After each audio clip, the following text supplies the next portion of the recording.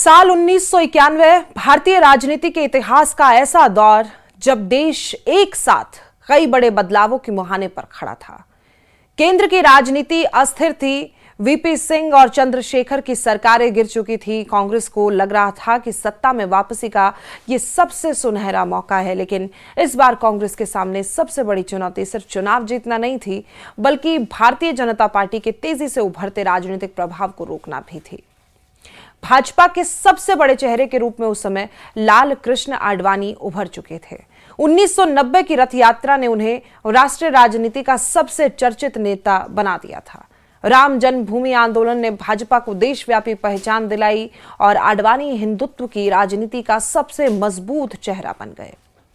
कांग्रेस नेतृत्व को यह एहसास था कि अगर आडवाणी की लोकप्रियता इसी गति से बढ़ती रही तो भविष्य की राजनीति पूरी तरह बदल सकती है। और यहीं से शुरू होती है उस चुनावी रणनीति की कहानी जिसमें राजनीति और सिनेमा का सबसे बड़ा मेल देखने को मिला। कांग्रेस ने फैसला किया कि आडवाणी के सामने ऐसा उम्मीदवार उतारा जाए जिसकी लोकप्रियता सीधे जनता के दिलों तक पहुंचती हो। ये कोई सामान्य नेता नहीं, बल्कि फिल्मी दुनिया का सबसे बड़ा सुपरस्टार होना चाहिए। 1984 का सफल प्रयोग। इस रणनीति की जड़ें 7 साल पीछे यानी कि 1984 में मिलती हैं। इंदिरा गांधी की हत्या के बाद हुए लोकसभा चुनाव में राजीव गांधी ने अपने बेहद करीबी मित्र अमिताभ बच्चन को इलाहाबाद से चुनाव मैदान में उतारा था। उस समय अमिताभ बच्चन देश के सबसे बड़े फिल्म स्टार थे। उन्होंने दिग्गज नेता हेमवती नंदन बहुगुणा को भारी मतों से हराकर इतिहास रच दिया। इस जीत ने कांग्रेस को यह भरोसा दिलाया कि फिल्मों की लोकप्रियता को चुनावी सफलता में बदला जा सकता है।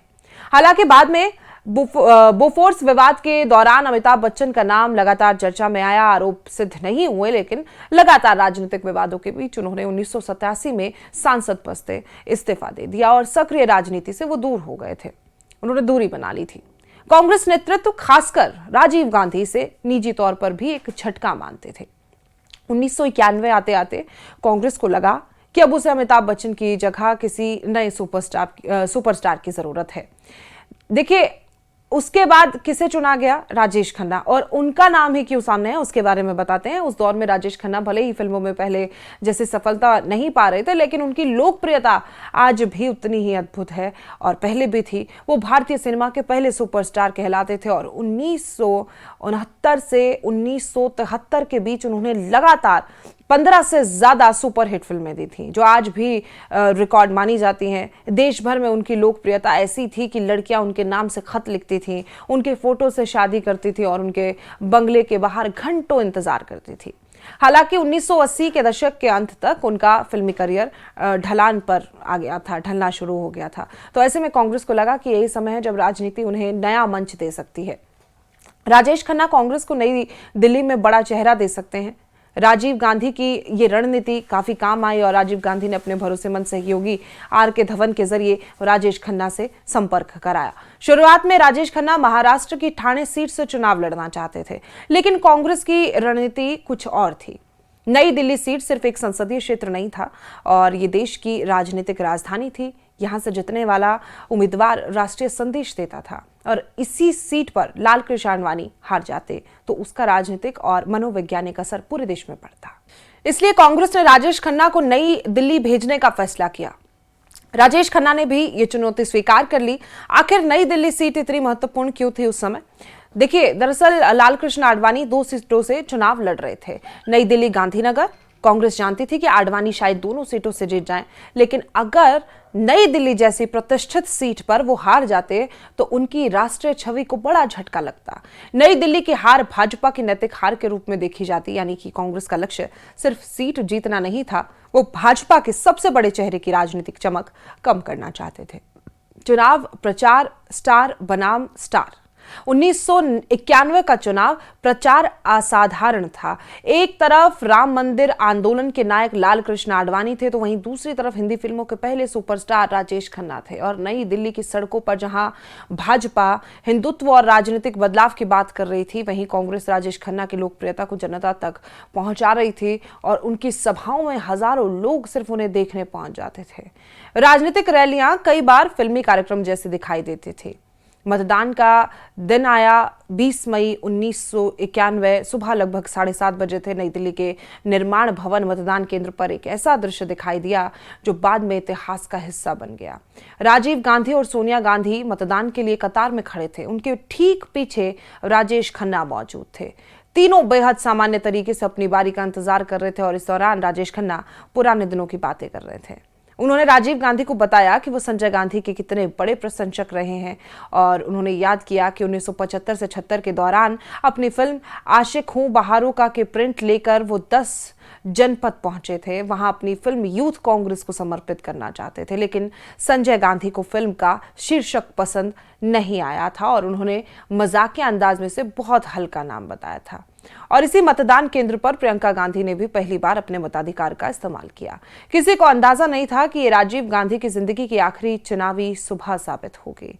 और फिर ऐसा चुनाव बदला कि मतदान के अगले ही दिन 21 मई 1991 तमिलनाडु के श्री पेरुंबदूर में चुनाव प्रचार के दौरान आत्मघाती विस्फोट में राजीव गांधी की हत्या कर दी गई। पूरे देश में शोक की लहर दौड़ गई। चुनाव कई चरणों में हो रहे थे। जहां मतदान नहीं हुआ था वहां चुनाव स्थगित कर दिए गए थे और इसी के बाद पूरे चुनाव का माहौल बदल गया था। राजनीतिक मुद्दों की जगह सहानुभूति सबसे बड़ा कारक बन गई और चुनाव परिणाम क्या रहे कि नई दिल्ली सीट पर मुकाबला बेहद कांटे का रहा। अंतिम परिणाम में लाल कृष्ण आडवाणी बहुत कम अंतर से चुनाव जीत गए। बताया जा रहा है कि जीत का अंतर लगभग 1,500 वोटों के आसपास था। यानी कांग्रेस की रणनीति पूरी तरह सफल भी नहीं रही, लेकिन राजेश खन्ना ने भाजपा के सबसे बड़े नेता को कड़ी टक्कर दी। बाद में जब आडवाणी ने गांधीनगर सीट अपने पास रखी और नई दिल्ली सीट छोड़ दी, तब यहां उपचुनाव हुआ और 1992 के उपचुनाव में राजेश खन्ना ने भाजपा के शत्रुघ्न सिन्हा को हराकर लोकसभा पहुंचने में सफलता हासिल की। यानी जिस नेता को कांग्रेस 1991 में संसद भेजना चाहती थी, वो 1 साल बाद सांसद ही बन गया। इस चुनाव का भारतीय राजनीति पर क्या असर पड़ा? देखिए, 1991 का चुनाव सिर्फ सरकार बदलने वाला चुनाव नहीं था।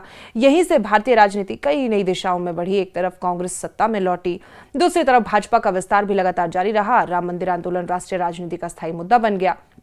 आर्थिक संकट के कारण नई सरकार ने उदारीकरण की शुरुआत की और पीवी नरसिम्हा राव प्रधानमंत्री बने और डॉक्टर मनमोहन सिंह ने आर्थिक सुधार लागू किए।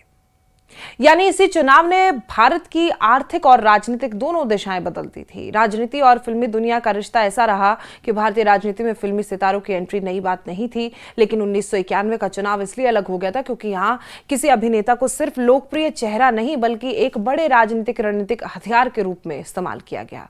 वहीं कांग्रेस मानती थी कि जिस तरह अमिताभ बच्चन ने 1984 में इतिहास बनाया था, उसी तरह राजेश खन्ना भी भाजपा के सबसे बड़े नेता को रोक सकते हैं।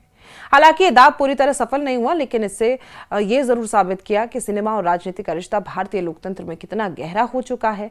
ऐसे में सबसे बड़ा सवाल यही कि 1991 का चुनाव आज भी कई सवाल छोड़ जाता है।